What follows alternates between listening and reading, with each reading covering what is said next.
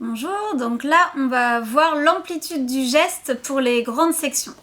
La feuille, ça peut être les grandes sections qui la préparent, vous essayez, vous voyez si le résultat est pas... sinon vous la préparez.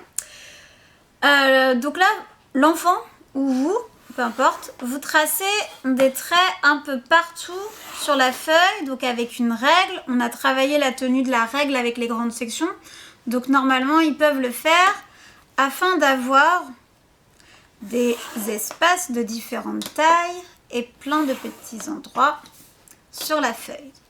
Donc vous en tracez plusieurs, pas trop non plus, il ne faut pas que la feuille soit recouverte de traits. Donc je vais vous montrer. Hop, ça me paraît bien. Ensuite, vous avez donc des endroits avec plein de tailles différentes. On peut prendre la feuille dans n'importe quel sens, on peut la tourner autant de fois qu'on veut. L'enfant, vous lui expliquez qu'il va choisir un graphisme par endroit. Normalement, tout ça, ça pose aucun problème. C'est des mots et du vocabulaire qu'ils connaissent très très bien.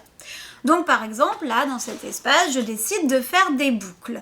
Sauf que je ne peux pas tourner une fois que j'ai commencé à tracer ma succession, mon enchaînement de boucles.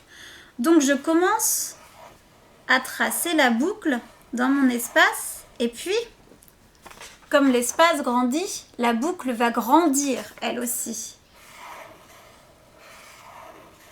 Donc je vais faire des grandes boucles si l'espace entre les deux est plus grand et je vais devoir réduire la taille de la boucle lorsque l'espace est plus petit. Je change de graphisme à chaque fois que je change d'endroit. Je peux tourner la feuille si j'ai envie. Évidemment, je ne vais pas remplir avec des petites étoiles ou des petites croix. Je vais faire uniquement des graphismes enchaînés. Ça, c'est pareil, ils connaissent.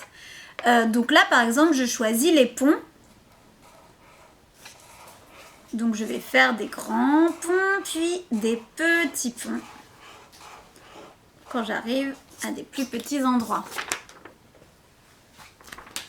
Je pense que vous avez compris, vous remplissez tout et ensuite vous avez une œuvre magnifique. J'attends de voir vos œuvres.